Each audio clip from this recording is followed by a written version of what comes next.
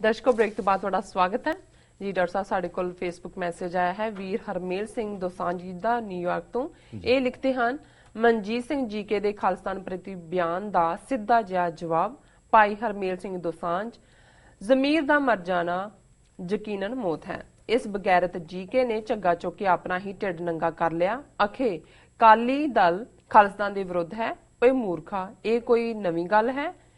ओए तेरा ਇਹ ਅਕਾਲੀ ਦਲ ਤਾਂ ਸਿੱਖੀ ਸਿਧਾਂਤਾਂ ਨੂੰ ਹੀ ਨਹੀਂ ਮੰਨਦਾ। ਤੁਹਾਡੇ ਲੀਡਰਾਂ ਨੇ ਹਿੰਦੂ ਮੰਦਰਾਂ ਵਿੱਚ ਮੂਰਤੀ ਪੂਜਾ ਕੀਤੀ, ਤਿਲਕ ਲਾਏ, ਮੁਕਟ ਪਾਏ ਅਤੇ ਤੁਹਾਡੀਆਂ ਜਨਾਨੀਆਂ ਸ਼ਿਵਲਿੰਗ ਦੀ ਪੂਜਾ ਕੀਤੀ। ਸਾਡੇ ਕੋਲ ਸਾਰੇ ਸਬੂਤ, ਫੋਟੋ ਤੇ ਵੀਡੀਓ ਹਨ। ਦੁਨੀਆ ਜਾਣਦੀ ਹੈ ਤੇਰੇ ਇਸ ਅਕਾਲੀ ਦਲ ਦੀ ਸਿੱਖ ਕੌਮ ਨੂੰ ਕੀ ਦੇਣ ਹੈ।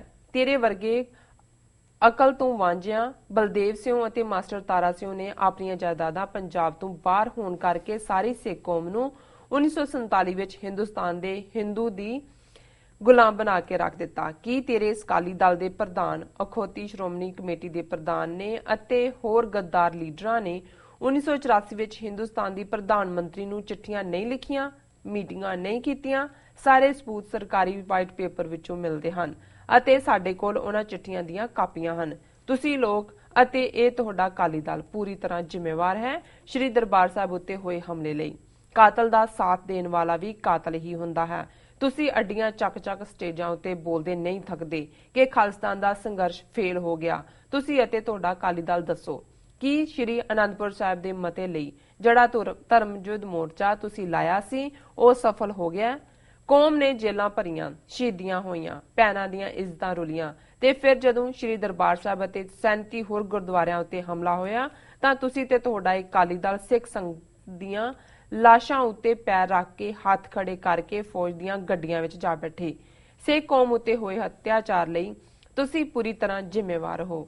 ਹਾਰ ਜਾਣ ਅਤੇ ਹਾਰ ਮੰਨ ਲੈਣ ਵਿੱਚ ਬੜਾ ਫਰਕ ਹੁੰਦਾ ਹੈ। ਅਸੀਂ ਹਾਰ ਗਏ ਹੋਵਾਂਗੇ ਪਰ ਹਾਰ ਨਹੀਂ ਮੰਨੀ। ਸਤਿਗੁਰਾਂ ਦੀ ਕਿਰਪਾ ਨਾਲ ਜਿੰਨਾ ਚਿਰ ਦੁਨੀਆ ਦੇ ਨਕਸ਼ੇ ਤੇ ਇੱਕ ਵੀ ਗੈਰਤਮੰਦ ਖਾਲਸਾ ਜਿੰਦਾ ਹੈ ਉਨਾ ਚਿਰ ਰਾਜ ਕਰੇਗਾ ਖਾਲਸਾ ਦਾ ਸੰਕਲਪ ਖਤਮ ਨਹੀਂ ਹੋ ਸਕਦਾ। ਜੀ ਡਾਕਟਰ ਸਾਹਿਬ।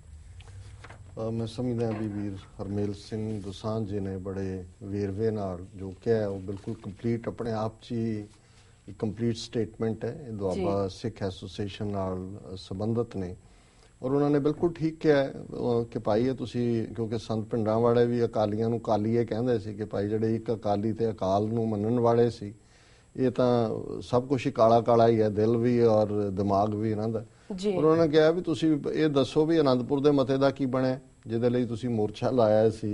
37 इतिहासक गुरुद्वारियां ते हमले वेले तुसी इन्हां दे नाल भाईवाल सी और अकाली दल बराबर दा जिम्मेवार है इस सारे दे लई। सो असीं समझदे हां भी ऑलरेडी असीं अपने पहले सैगमेंट च इस सारे नूं टैकल कीता कि भी ये किस किस्म दे ज़मीर फरोश लोक ने और उन्होंने बड़ी अच्छी बिगनिंग की जिहड़ी कि संत जरनैल सिंह खालसा पिंडां वालियां दे शब्द ने कि सरीरक मौत नूं मैं मौत नहीं मनदा, ज़मीर दा मर जाना यकीनन मौत है। सो ये मरियां ज़मीरां वाले लोक ने।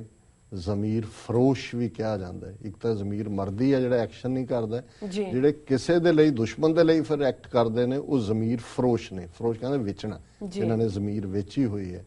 सो एक पासे प्रेम खेलन का चाव वाले ने ते एक पासे नाल किराड़ा दोस्ती कैटेगरी है। जी डॉक्टर साहब इन्हां दा बहुत बहुत धन्नवाद। इस तरह ने ब्रेक व्यूअर्स तुसीं किते नहीं जाना, मिलदे हां छोटे वक्फे तो बाद।